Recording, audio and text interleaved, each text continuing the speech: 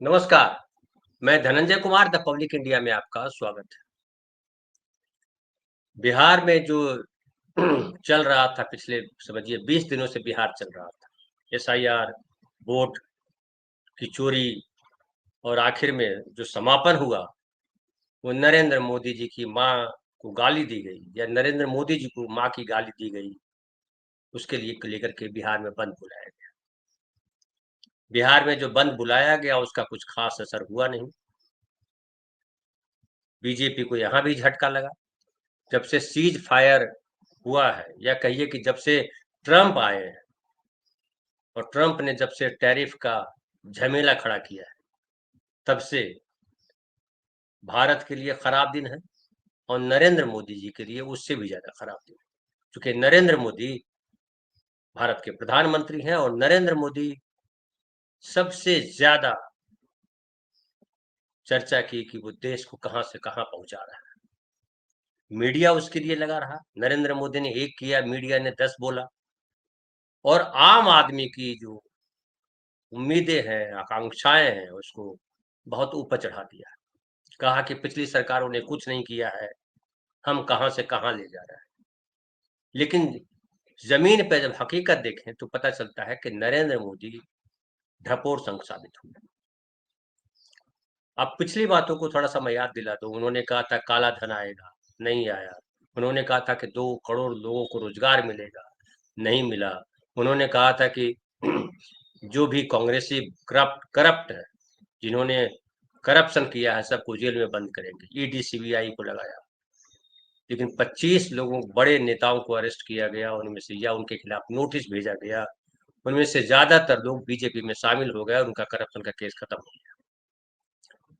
फिर देखिए कि जो कहा कि अब की बार ट्रंप सरकार, ट्रंप से दोस्ती की बात की गई, वो ट्रंप भारत पर भारी टैरिफ लगाया। जो अवैध अप्रवासी भारतीय थे उनको दुनिया में कहीं ऐसा नहीं हुआ, भारत के साथ हुआ।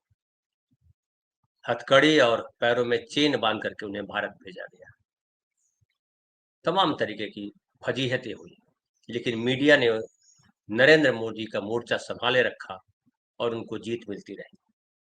लेकिन सीज फायर जो हुआ, जो ऑपरेशन सिंदूर हुआ, ऑपरेशन सिंदूर में जिस तरह से नरेंद्र मोदी ने कहा था कि पाकिस्तान के आतंकियों को हम मिट्टी में मिलाते थे, लेकिन ढाक के 3 पात, कुछ नहीं हुआ। बेइज्जती हुई भारत की। बल्कि आतंकवादी आनन फानन में बाद में पता चला कि वो आतंकवादी मार दिए गए। क्या क्या हुआ आपको पता है, बहुत ज्यादा इस पर डिटेल नहीं बताएंगे। लेकिन अब एक बार फिर टैरिफ का भूत सामने खड़ा है। मोदी जी एससीओ की मीटिंग में गए हुए थे चीन, और ये विश्व में कहा जा रहा है कि अब नरेंद्र मोदी का झुकाव अमेरिका के बजाय जो है चीन की तरफ हो रहा है। राहुल गांधी ने पहले कहा था कि चीन से हमसे चीन के साथ हमारे संबंध ठीक किए जाने की जरूरत है, क्योंकि चीन और पाकिस्तान अगर वो एक साथ आते हैं तो भारत के लिए खतरनाक होगा। तब तो नरेंद्र मोदी जी ने राहुल गांधी की बात नहीं सुनी, लेकिन अब मजबूरी से ही 7 साल के बाद वापस नरेंद्र मोदी चीन गए। वहां क्या बात हुई अभी आना बाकी है। इसमें मीडिया में चल रहा है कि आधा घंटा बात की पुतिन ने, और पुतिन, चीन, जिनपिंग और मोदी तीनों मिलकर के अब अमेरिका को चुनौती देने की मुद्रा में है। ये तीनों मिलकर के अमेरिका को चुनौती देंगे। लेकिन भारत के साथ मुसीबत है कि भारत से ज्यादा पाकिस्तान को चीन जगह दे रहा है, स्पेस दे रहा है। जो सेना के स्पेशल परेड हुई, उसमें भी शाहबाज शरीफ उपस्थित थे। मोदी यहाँ आए, भारत आए, और भारत आकर के उनको पहला जो है स्टेटमेंट जारी किया। वो जारी किया, मेरी माँ का अपमान किया गया, मेरी माँ को गाली दी गई। पूरे देश में इसका मजाक उड़ा। अब जो है टैरिफ पे बात हो रही है। 50% टैरिफ जब लगाया गया लास्ट वीक में, उससे भारत को भारी नुकसान हो रहा है। और आपको पता है कि जो टैरिफ लगाया है 5%, 25% जुर्माना है उसमें। और उससे सबसे ज्यादा परेशानी ये हुई है कि जो निर्यात था भारत का, सबसे ज्यादा भारत निर्यात करता था अमेरिका को, वो चाहे कपड़े हो, गहने हो, आभूषण हो, झींगा हो, वो सब फिलहाल जो है बेहद एक तरह से कहिए थमा हुआ है पूरा का पूरा निर्यात। अब उनके उन सेक्टर में जो काम कर रहे थे लोग, उनकी नौकरियों का क्या होगा? जो व्यापारी उससे जुड़े हुए थे, उनके व्यवसाय का क्या हुआ? कितना भारी उसका नुकसान होगा उनको, क्योंकि अचानक ये सब हुआ है। शेयर बाजार लगातार गिर रहा है उसी वजह से। अब कहा जा रहा है कि पहले ट्रंप को मनाने की तमाम कोशिशें हुई टैरिफ लागू करने से पहले, लेकिन ट्रंप माने नहीं। ट्रंप ने कहा कि भारत ने जो है उसके साथ धोखा किया है और रूस से सस्ता तेल खरीदा। इस वजह से जो उसकी मुहिम है अमेरिका की, रूस को अलग अलग अलग थलग करने की, और रूस और यूक्रेन जो वार हो रहा है उसको रुकवाने की, उसको चोट पहुंची। ये सच है कि चीन हमने रूस से सस्ता तेल खरीदा, हम अपनी जरूरत से ज्यादा तेल खरीदे, और कमर्शियल जो जो जो व्यापारी है, खासकर अंबानी है और एक और कंपनी है, उसने तेल खरीदा और उस तेल को सस्ते कीमत पे तेल खरीदा, उसको प्रोसेस करके दूसरे देशों को बेचा, भारी लाभ कमाया। भारत के नागरिकों को उसका कोई लाभ नहीं मिला, लेकिन ये जो टैरिफ का की मार है, उसका नुकसान भारतीय नागरिकों को झेलना पड़ रहा है। लोगों की नौकरियों पे आफत है। हालांकि इससे बचने के लिए मोदी ने जीएसटी में ऐतिहासिक सुधार की बात कही, और जो जीएसटी के स्लैब थे, 4 स्लैब, 5%, 12%, 18% और 24%, उसमें से 12% और 24% को कैंसिल किया। कहा गया कि अब इससे जो है खपत बढ़ेगी और 5.5 लाख करोड़ की खपत भारत में ही बढ़ जाएगी, ये अनुमान लगाया जा रहा है। यानी जो जा रहा था सब सामान वहां विदेश, वो अब इसी देश में खपत हो जाएगी, क्योंकि सस्ती हो जाएगी चीजें। अब कितनी सस्ती होगी या क्या क्या सस्ती होगी, वो तो आने वाला समय बताएगा, लेकिन ये फिलहाल इस तरह का ढोल पीटा जा रहा है। ये भी कहा जा रहा है कि ये जो अमेरिका को जो हम सप्लाई करते थे, उससे हमारी जीडीपी को रुकने के बाद, जो सप्लाई रोका है अमेरिका ने, टैरिफ की वजह से रुका है, 0.6% जीडीपी को नुकसान होगा। लेकिन ये जो घरेलू खरीद बढ़ेगी, खपत बढ़ेगी, उससे 1.6% जीडीपी को लाभ होगा। ये मीडिया में अनुमान लगाया जा रहा है, कहा जा रहा है। लेकिन जो मोदी सरकार है, इस अमेरिका के टैरिफ से जो झटका लगा है देश को या देश के व्यापार को, नौकरियों को, उससे बचाने के लिए कई तरीके की चीजें कर रही है। एक तो ये किया है कि जीएसटी में कटौती कर दी गई। दूसरा कहा जा रहा है कि उन कंपनियों से कहा गया है कि आप लोग परेशान ना हो, प्रोडक्शन जारी रखें, हम आपके लिए स्पेशल पैकेज लेकर के आ रहे हैं। और ये भी कहा जा रहा है कि जैसे कोविड-19, जब कोविड आया था, कोरोना आया था, तो एमएसएमई सेक्टर जो है, जो कुटीर लघु कुटीर उद्योग है, उसको 20 लाख करोड़ का पैकेज दिया गया था, राहत पैकेज दिया गया था। वैसा ही कुछ पैकेज देने की बात की जा रही है। अब ये भी है कि ये जो पैकेज दिया जाएगा, इधर का सामान उधर, उधर का सामान उधर जो होगा, उससे भारत पे और क्या क्या असर पड़ेंगे। चूंकि पैकेज दिया जाएगा तो ठीक है, यहाँ खपत बढ़ेगी, लेकिन यहाँ आमदनी कहाँ? फिलहाल तो आपने नौकरियों को बचाने की मुहिम शुरू कर दी है और पैकेज देकर के बचा लेंगे। प्रोडक्शन भी कहा है कि आप रखें। अब देखिए ब्राजील के साथ भी ये घटना हुई। अब ब्राजील ने कैसे उसको कंट्रोल किया, या कहिए कि कैसे उससे निपटा। तो ब्राजील पे भी आपको पता है कि 50% उस पर भी टैरिफ लगाया। दो देश है, एक ब्राजील है और एक भारत है, जिस पर ट्रंप ने 50% टैरिफ लगाया। और बताया जा रहा है कि ब्राजील ने उसका तोड़ निकाल दिया, और वहां जो एक्सपोर्ट, अमेरिका को जो एक्सपोर्ट कर रहा था ब्राजील, उसमें 18% की गिरावट आई। लेकिन इस गिरावट को उसने कंट्रोल कर लिया, बल्कि एक्सपोर्ट बढ़ा लिया। और उसने क्या किया कि चीन को सबसे ज्यादा, और अपने आसपास के जो देश है उसको 30% ज्यादा, पिछले साल की तुलना में 30% से ज्यादा एक्सपोर्ट किया है सामान। और ब्राजील को अपना ट्रेड बैलेंस बढ़ाने में इस तरह से मदद मिली। ब्राजील के लिए चीन सबसे बड़ा एक्सपोर्ट मार्केट है, और दूसरे देशों के साथ भी जो है वो अपना संबंध जो है बढ़ाया है। भारत में भी कहा जा रहा है कि भारत भी वही कर रहा है, दूसरे देशों के साथ अपने व्यापार को बढ़ा रहा है, अलग अलग देशों में डील किया जा रहा है। लेकिन ब्राजील को चीन जैसा सपोर्ट मिलना, जैसा मिला सपोर्ट ब्राजील को, वैसा भारत को कोई सपोर्ट मिलता दिखाई नहीं दे रहा। भारत के लिए कोई ऐसा नया बाजार नहीं है, जो अमेरिका को सप्लाई करता था वो दूसरे देशों में।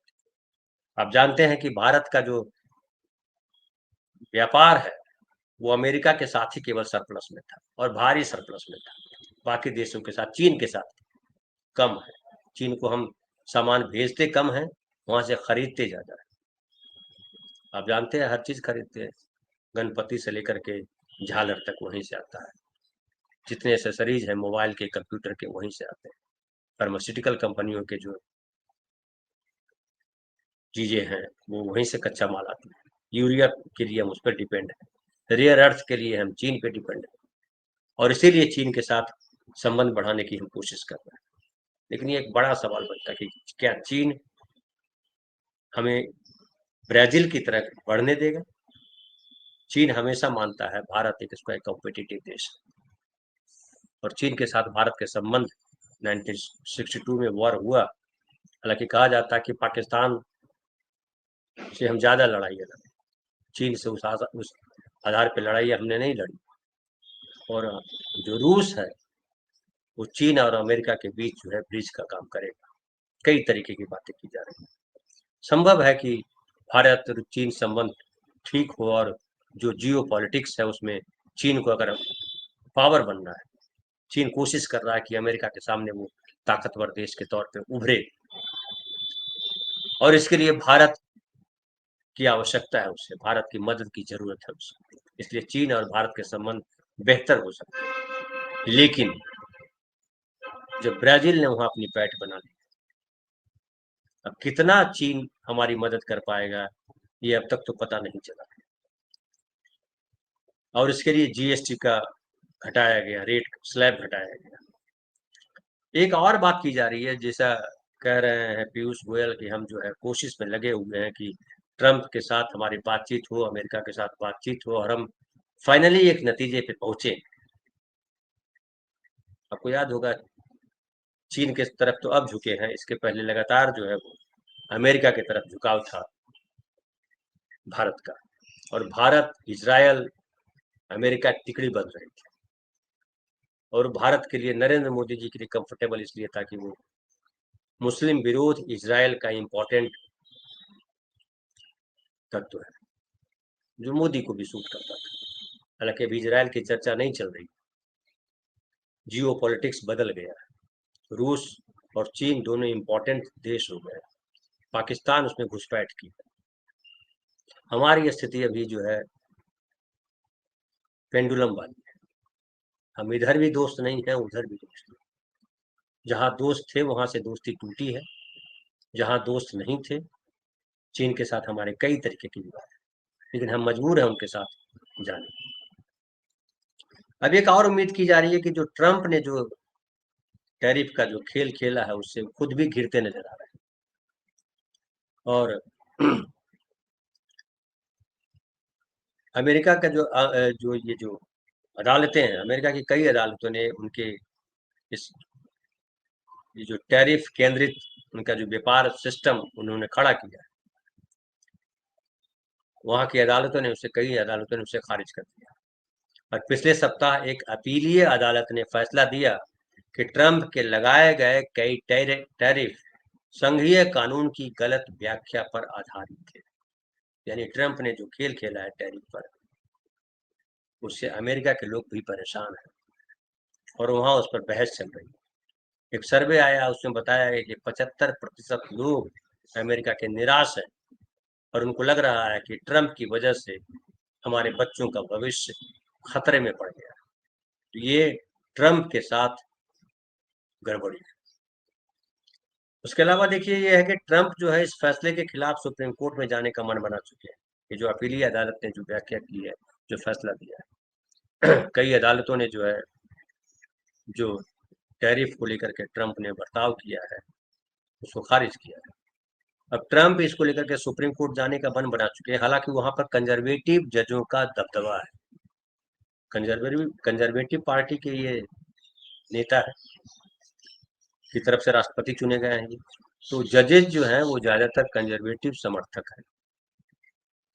लेकिन कहा जा रहा है कि उनका रुख जो है उन राष्ट्रपतियों के प्रति बेहद कड़ा रुख अपना चुके हैं जिन्होंने संसद की अनुमति के बिना बड़ी नीतियां लागू करने की कोशिश की। हमारे देश की तरह न्यायपालिका वहां नहीं। न्यायपालिका में गैरत वहां है।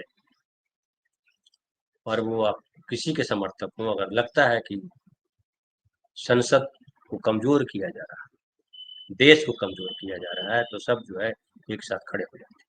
और माना जा रहा है कि जिस तरीके के फैसले पहले जजेस दे चुके हैं उसमें ट्रंप के टैरिफ को लेकर वो उदार रुख अपनाएंगे ऐसा दिखाई नहीं पड़ता।